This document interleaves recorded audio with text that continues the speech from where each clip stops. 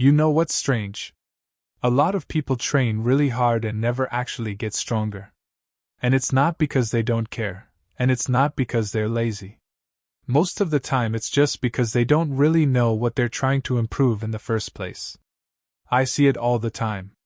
People go to the gym, they do a bit of this, a bit of that, they sweat loads, they feel tired, and they go home thinking they've had a good session. And honestly, they probably have worked hard. The problem is that working hard on its own doesn't really mean much if there's no direction behind it. Then weeks pass. Months pass. Sometimes even years pass. And nothing really changes. Same weights, same body, same level of strength. That's usually when people start getting frustrated and thinking there's something wrong with them, when in reality there isn't. The biggest mistake people make is assuming that if a workout feels hard, it must be working. Like if you're sore the next day or completely exhausted, that must mean progress, right? But that's not how it works. Being tired just means you're tired. It doesn't automatically mean you're getting stronger or building muscle. Your body doesn't really care how hard something feels in the moment. It responds to what you repeatedly asked it to do over time. And most people aren't actually asking it to do anything specific. They're just doing whatever feels tough that day and hoping something happens. That's usually the real issue. There's no real plan. People repeat the same workouts they've always done, with the same weights and the same reps, because it's familiar and comfortable. And the body adapts to that really quickly. Once it adapts, there's no reason for it to change anymore. So when progress stalls, most people don't step back and rethink what they're doing. They just add more. More exercises, more sets, more days in the gym. Sometimes they train harder every session, pushing themselves until they're completely exhausted. But all that really does is make them more tired. It doesn't fix the actual problem. You see this a lot with people who say they train all the time but never really get anywhere.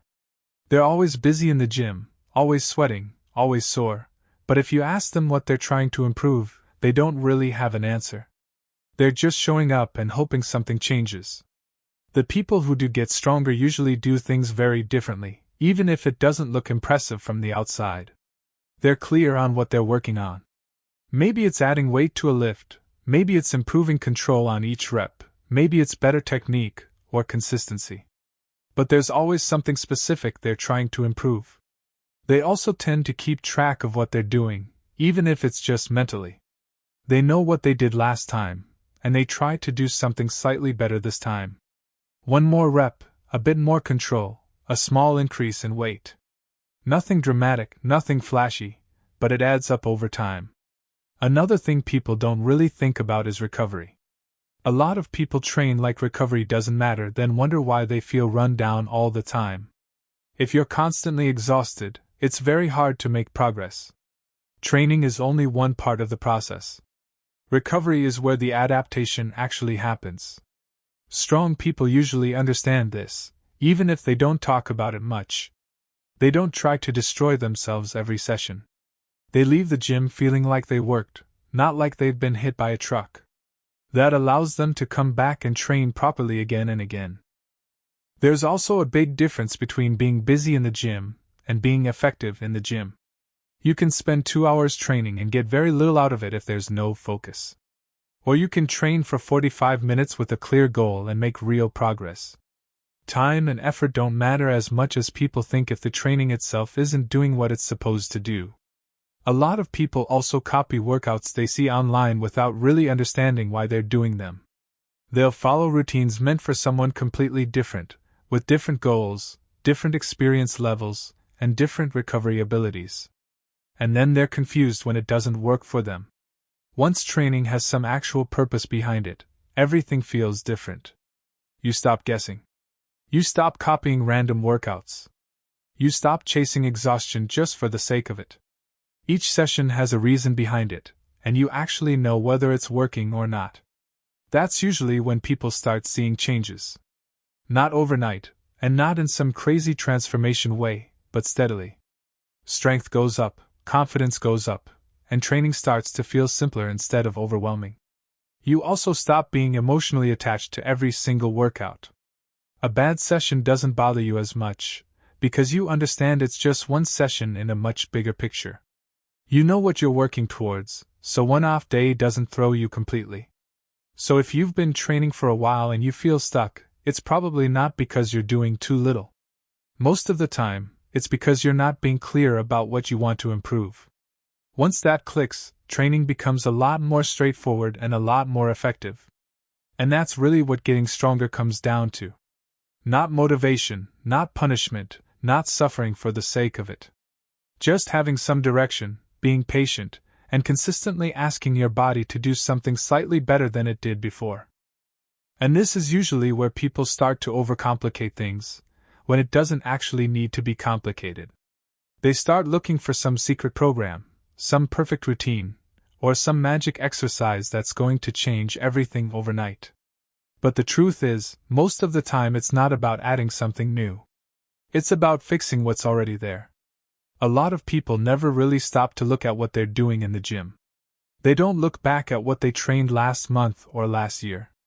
They don't ask themselves whether anything has actually improved. They just keep going on autopilot, hoping that effort alone will eventually pay off. And training on autopilot feels productive.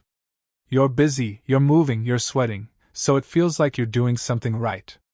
But if you don't have any reference point, you don't really know if you're moving forward or just staying in the same place.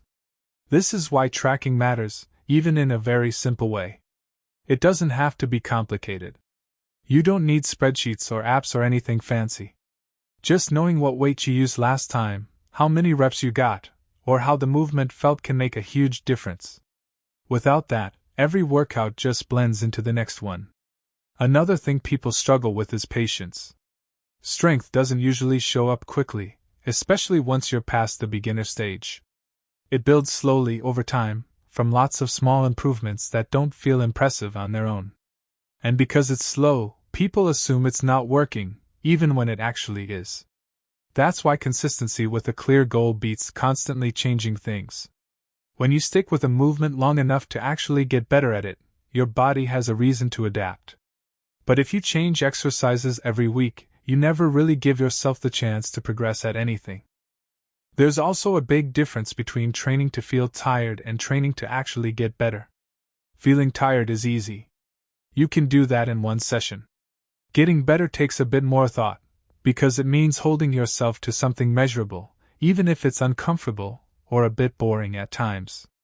A lot of people avoid this because it removes the excuse. When you know exactly what you're trying to improve, you can't really hide behind effort anymore. Either it's moving in the right direction or it isn't. And that honesty can be uncomfortable, but it's also what makes progress possible. Over time, this kind of approach changes how you think about training. You stop judging workouts by how destroyed you feel afterwards. Instead, you judge them by whether you did what you planned to do. That shift alone can take a lot of pressure off and make training feel more sustainable. You also start to realize that not every session needs to be amazing. Some days are just okay, and that's fine. As long as you're moving in the right direction overall, one average workout doesn't really matter. What matters is the trend over time. This is usually when people start enjoying training more as well. Not because it's easier, but because it makes sense. There's less guessing, less frustration, and less feeling like you're spinning your wheels. You know what you're doing and why you're doing it. And that's really the difference between training that goes somewhere and training that doesn't. It's not about intensity, motivation, or willpower. It's about having some direction, being honest with yourself, and giving things enough time to work. Once you understand that, training stops feeling like a constant battle and starts feeling more like a process you can actually trust. And that trust is important, because without it, people start second-guessing everything they do.